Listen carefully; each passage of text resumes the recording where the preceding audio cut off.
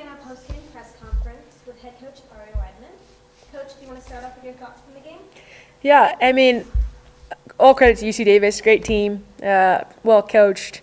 I thought that we battled with them. I thought that was a game that we should have won. But at the end of the day, their players they closed the game. Like they executed in clutch moments, and I thought that's why they ultimately won. We've got to have our top guys be closers late in the game, and I told our top guys, like, we gotta finish. So, like, efficiency-wise, we weren't very efficient. We got off 24 more shots than them, and we lost the game. Like, that math doesn't make sense to me. It never will.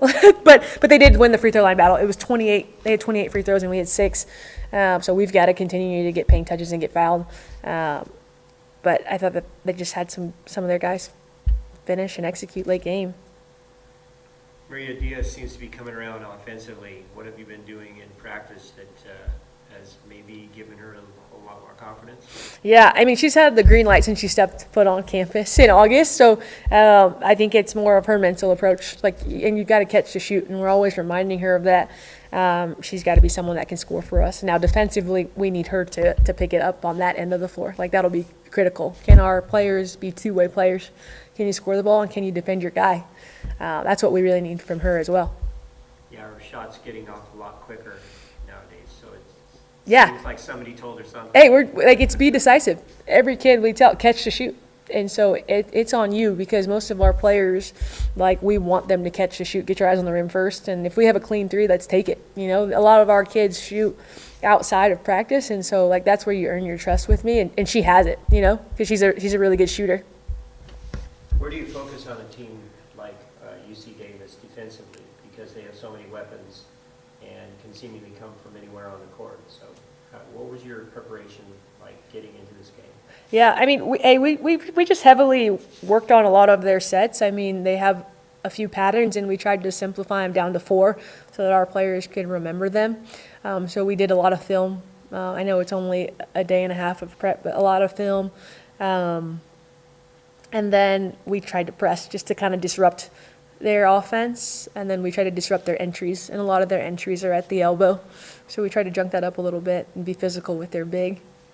Yeah. Were you satisfied with the physicality of our, mostly Akiti, of course, is going to be down there and have a presence? Yeah. Satisfied? No. I thought, like, they're big. Megan ended up with 15 and 13, so she won the battle. So I think toughness wins, and so we didn't win that battle. Like I told Akiti, like in the locker room, like we need more. Like you're a grad transfer, like you've got to be able to win your matchup. Our 4s and 5s have to be better. And so, no, and I told her, you know, I have really high standards. I'm going to hold you accountable. You got to do your job, because if she did her job specifically and won the 5 matchup, they would have been a lot smaller. And that was one of our attack points. Can we get 25 in foul trouble? And so I thought Tenna started off strong, but she didn't finish well. And so Norris won the battle tonight. 3-pointers, 8 for 26. That's 30%. You're looking for, if my memory serves, you're looking for 35. Yeah. Down in there. Yeah, Right? 35%. So that's closer than they have been. So a little bit of an improvement on the offensive end, as far as being quicker. Is the, you say inefficient? Yeah. What is the way to get more efficient, if not just practice more shots? Yeah. I think some of them are cleaner looks for us. Like, if it's contested, I don't want that shot. So a 9 in our shot selection scale is a layup off of 2 feet. A 7 is a shot that's 7 out of 10 unguarded for you. And a 5 is a 50-50 ball, which is like a 5, or it's contested. We want 9s and 7s. And so some of our 3s were contested, or they weren't clean looks. They're not rhythm 3s. And so, and Cece didn't have a good shooting night. 1 for 7, like ideally that's 3 to 4 she makes.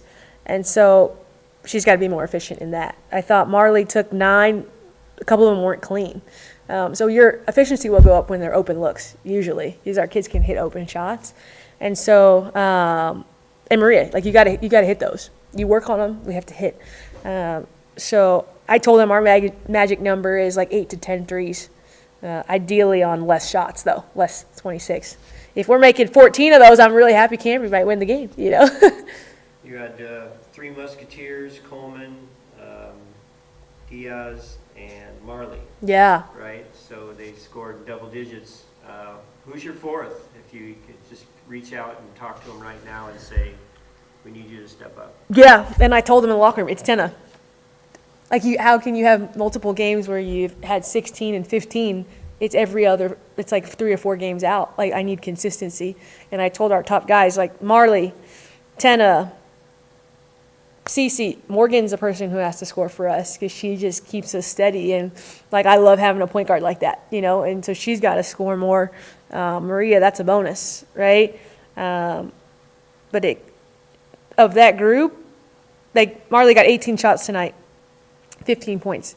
If you're taking 18 shots, you should have, 18 times 2 is 36. You should have at least 25, right? CC shot 22 shots, 15 points. You're taking 22, you better be in the 30s, I told her, Maria, 3 for 11. If you're 5, then you should, like, if you're taking 11 shots, you should at least have 10 points, right?